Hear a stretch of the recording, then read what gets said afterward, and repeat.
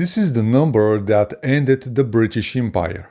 And as of 2026, it is also America's number. The United States now spends over $1 trillion a year simply paying the interest on its national debt. That matches the entire defense budget, dollar for dollar. The last time a global superpower hit this exact crossover point, it lost its global dominance within a single generation. Before we go any further, I want you to hold one number in your head, 18. In a few minutes, it will tell you exactly where the United States sits on the Imperial timeline. What happens when a superpower's credit card bill matches its defense budget? History has a very clear answer. It does not get to stay a superpower for longer. And this is not just about two big numbers existing side by side. What is structurally dangerous is the convergence. For the first time since the Second World War, the cost of servicing past borrowing has matched the cost of projecting power across the globe. The deficit is projected at $1.9 trillion for 2026. Gross debt 120 to 125% of GDP. That is not a recoverable blip. That is a country spending as if it is at war, except enemy is its own balance sheet. The bull case is not trivial. Morgan Stanley calls this an AI-driven supercycle. Goldman projects trillions in productivity gains, and the defense industrial base is being forced to reinvest. Share buybacks are now restricted for underperforming contractors. Capital expenditure is ramping up. These are real structural responses. But here is what the optimists tend to leave out of the slide deck. To understand why, we have to look at what happened the last time a dominant power faced this exact arithmetic. In 1897, Queen Victoria celebrated her Diamond Jubilee. The British Empire comprised 12 million square miles. The Royal Navy parked 165 warships in a line stretching for miles off the coast of England. It was the ultimate flex, equal in power to the next two largest fleets combined.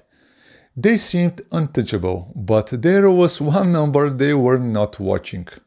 Nobody living in London at that moment could have possibly predicted that within a few decades their empire would be completely hollowed out and financially broken. Much like the United States in the 90s, they were the undisputed hyperpower. But beneath the surface, the foundation was cracking. Britain's share of world manufacturing has already peaked. Others, like the United States and Germany, were growing faster. They had fell into the imperial overreach trap. And just like the United States today, British capital was fleeing domestic industry.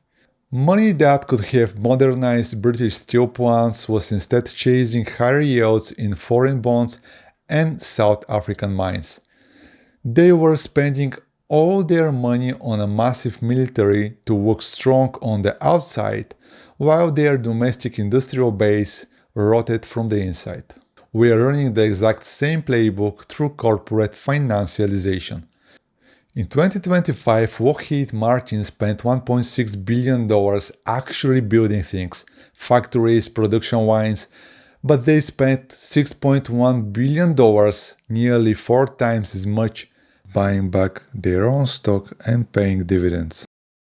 And then almost on cue came the shock. For Britain, it was the Boer War in 1899, a localized conflict that was supposed to be cheap. They thought it would cost £10 million, it cost $200 million. Defense expenditure surged by 140%, ending 50 years of successful debt management. For the United States, it was the post-9/11 wars and the 2008 crisis.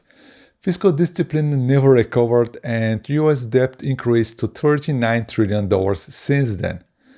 Every crisis since then was solved with more debt.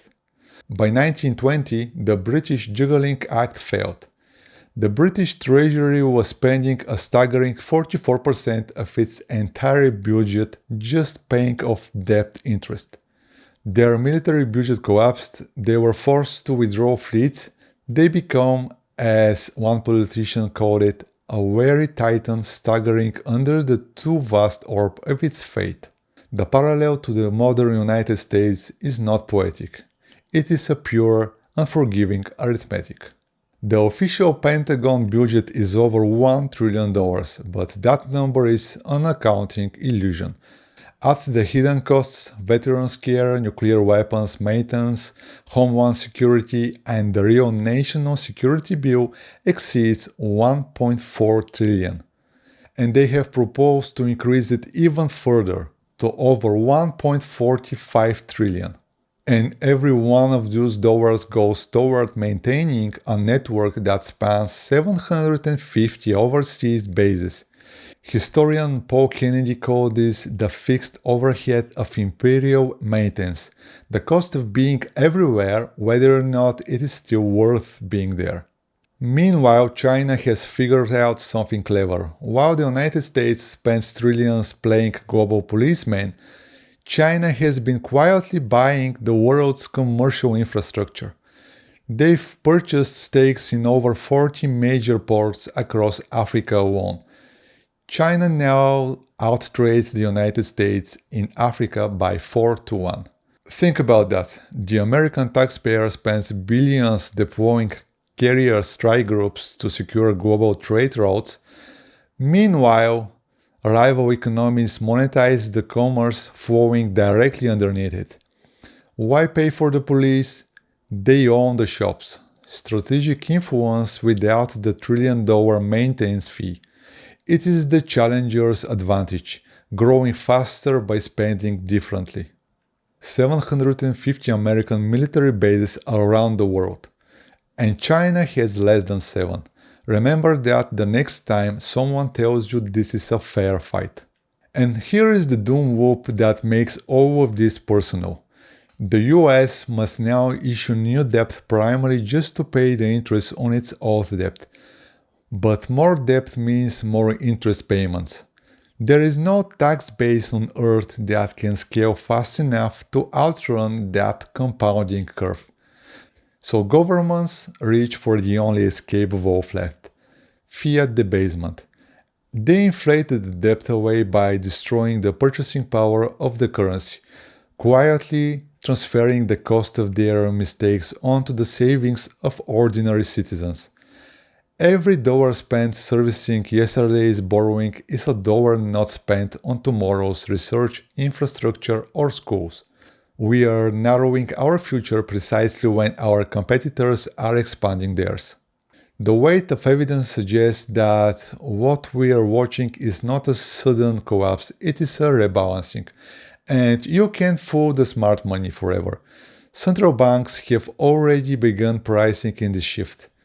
Watch what they do, not what politicians say. In 2026, physical gold officially overtook US Treasuries as the largest reserve asset, held by global central banks. Gold now makes up 27% of the institutional reserves. United States debt has slid to 22%. In the first quarter of 2026 alone, central banks bought 244 tons of gold. This is not a day trading, this is a strategic, multi-generational panic. They're abandoning the paper system and executing the exact playbook dictated by every historical empire reset. The historical pattern is incredibly consistent. In every case where a dominant power's debt service matched or exceeded its military spending, like Spain in the 16th century, France in the 18th century, and Britain, that power lost its position within a single generation. And what did that loss look for ordinary people? In Britain, it meant a generation that grew up assuming they would inherit the world's leading economy, and instead inherited rationing, industrial decline, and managed retreat. The lifestyle their parents took for granted simply stopped being affordable. The ratio of net interest to defense spending, it has crossed 1. If that ratio holds or widens, that rebalancing becomes involuntary. Power cannot be projected abroad if you are borrowing capital from your rivals just to fund the interest payments on your expiring debt.